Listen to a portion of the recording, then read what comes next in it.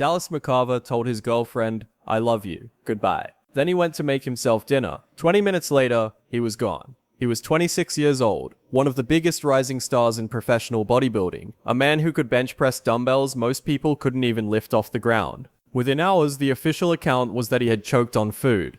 3 months later, a sealed autopsy report described a different cause of death, and pointed to a sport that has quietly lost several of its brightest competitors over the decades. This is the story of Dallas Big Country McCarver. Before the magazine covers and the sponsorship deals, Dallas McCarver was a big kid from a small town who was built differently than the people around him. By the time he was 21, he stood 6'1" and weighed close to 300 pounds. Not the kind of 300 pounds typical of someone who had spent his teenage years on a couch. He walked into local gyms and drew attention before he had competed in a single show. People who trained alongside him in those early years described someone who had more than favorable genetics. He had an obsession with the process that set him apart from other strong men in a small-town gym.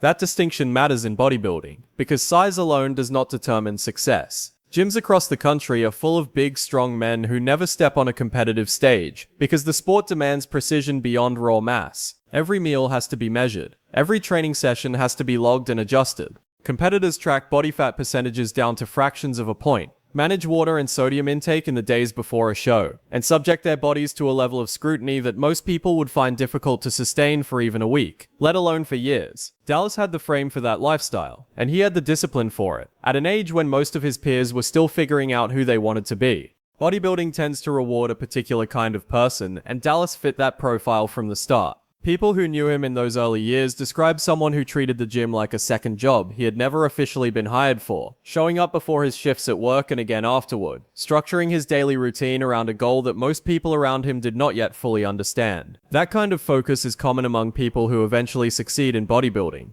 Having it produce results as quickly as his did was less common. That discipline showed results early. His first major competitive result came at the NPC Hub City Fitness Quest, where he won the junior heavyweight category. For most amateur bodybuilders, a local win like that marks the high point of their career. For Dallas, it was a starting point. Coaches and other competitors who saw him compete that day recall thinking he would not remain an amateur for long. He turned pro within a short window of time, an achievement that typically takes competitors years, often the better part of a decade, to reach. He did it while barely old enough to legally rent a car. To understand how unusual that is, it helps to understand how the sport's ladder actually works. Amateur bodybuilders compete through federations like the NPC, chasing wins in weight classes and regional shows for years, hoping to eventually qualify for a national level title that comes with an IFBB Pro card attached. Most competitors who eventually turn pro spend the better part of their 20s and 30s grinding through that circuit, adding a few pounds of quality muscle each off-season, refining their conditioning show after show, waiting for the moment their physique finally matches what judges are looking for at the top level. It is a slow, often demoralizing climb, and many competitors spend a decade chasing a pro card they never earn. Dallas skipped most of that waiting.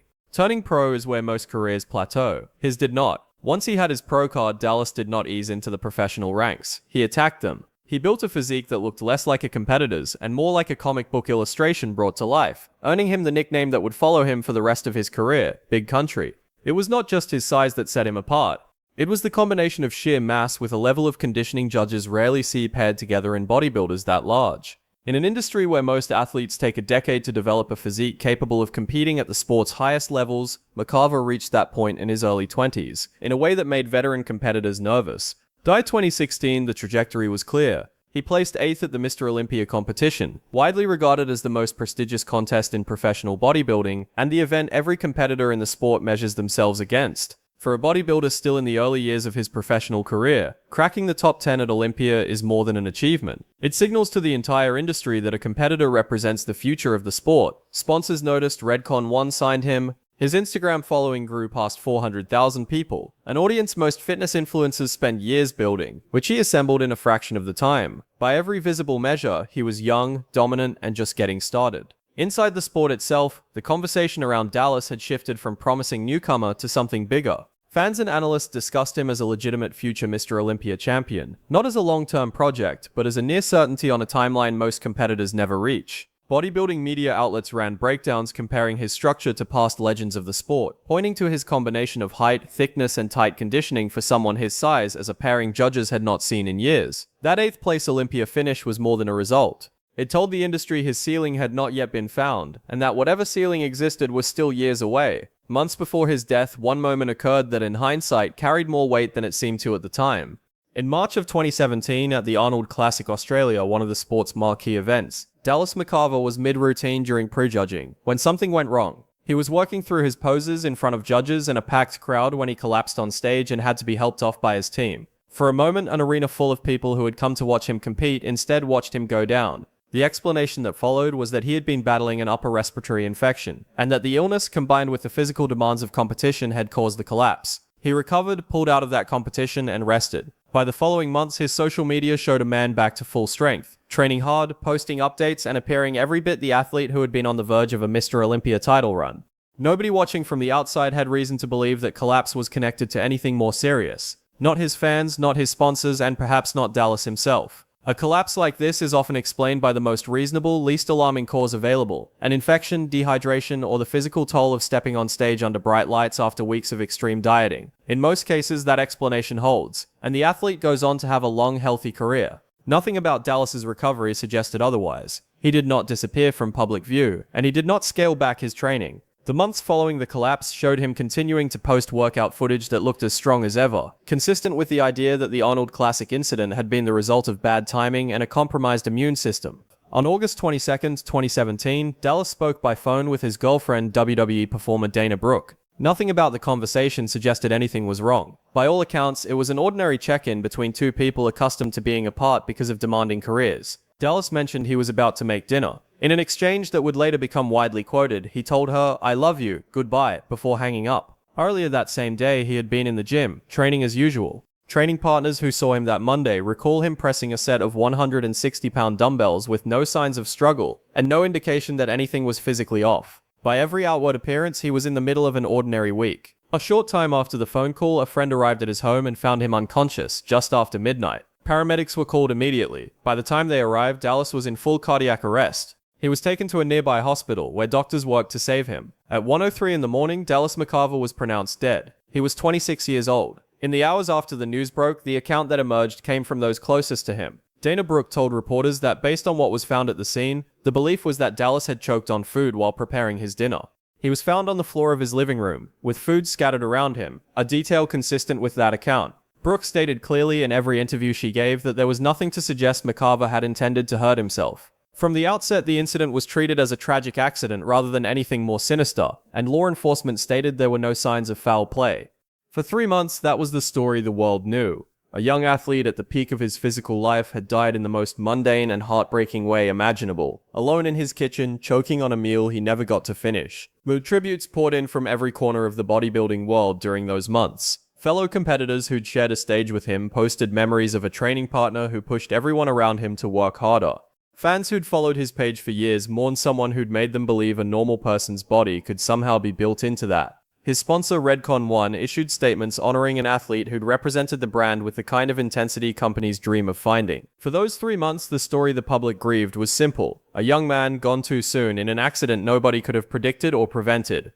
An autopsy takes time, and when the medical examiner's office completed its work, the full report complicated the story in ways almost nobody expected. The official findings pointed to something different as the true cause of death. Medical examiners determined that Dallas had suffered an unwitnessed cardiac event, and that this event resulted from a combination of 2 serious underlying conditions: coronary atherosclerosis, a dangerous buildup of plaque inside the arteries, and left ventricular hypertrophy, a thickening of the heart's main pumping chamber that forces the heart to work harder than it should ever have to. This was not primarily about food caught in his airway. His heart had been under mechanical strain that at 26 it should never have been under. The report noted McCarver had a family history of cardiovascular disease, including both high blood pressure and atherosclerosis, meaning there may have been a genetic vulnerability sitting underneath all that visible strength the entire time. The autopsy findings extended beyond the heart alone.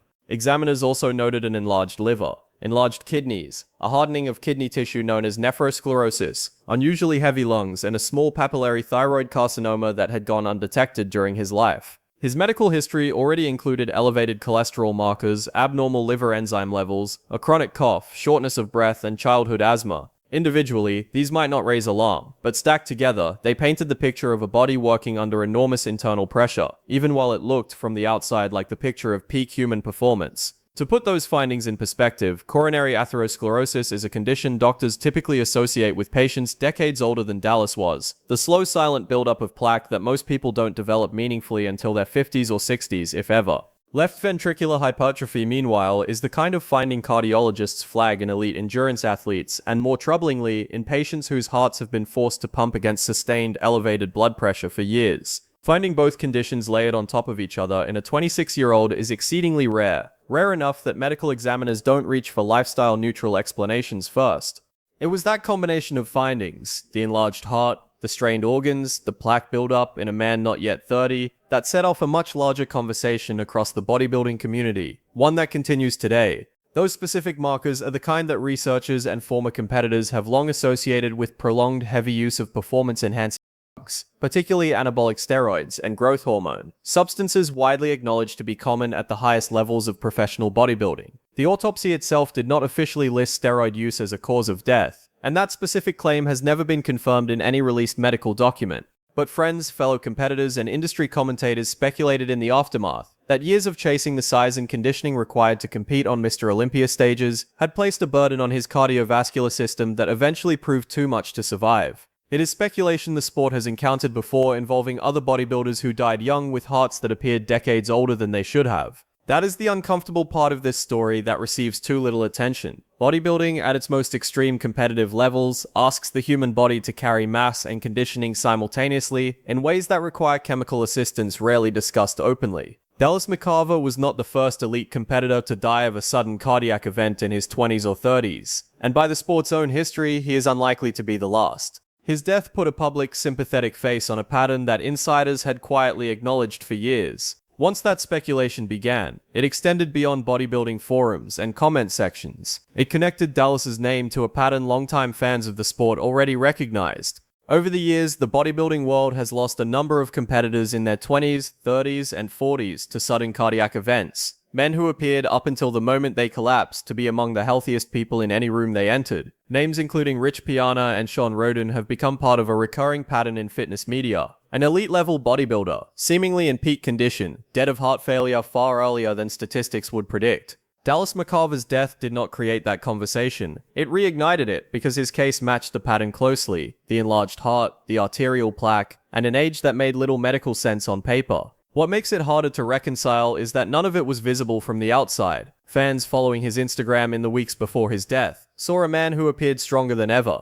Training partners who worked out beside him on that final Monday saw someone moving heavy weight with total control. There was no visible decline, and no public warning sign beyond the collapse in Australia that had already been explained away. That gap between outward appearance and internal reality is part of what makes stories like his resonate within the sport. The difference between how a body looks and how it is actually functioning does not always announce itself until it is too late. In the wake of his passing, Dana Brooke turned her grief into a lasting effort.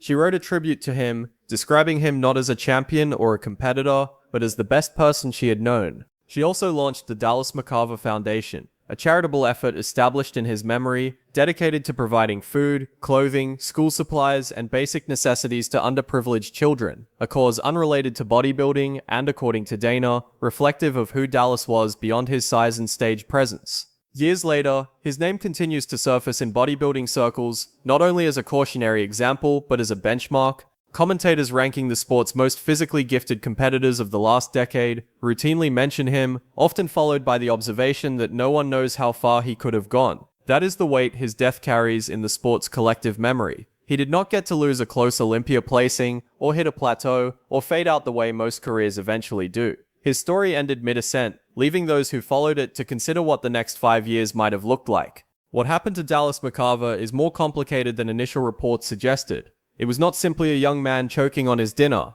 nor a single avoidable accident that more caution in the kitchen could have prevented. It was a heart thickened and strained beyond what a 26-year-old's body should endure, giving out during what should have been an ordinary Monday night. Whether that strain originated from genetics, from the extreme physical demands of elite competition, or from the substances many athletes in his sport rely on to reach that level, is a question the official record does not fully answer, and may never answer.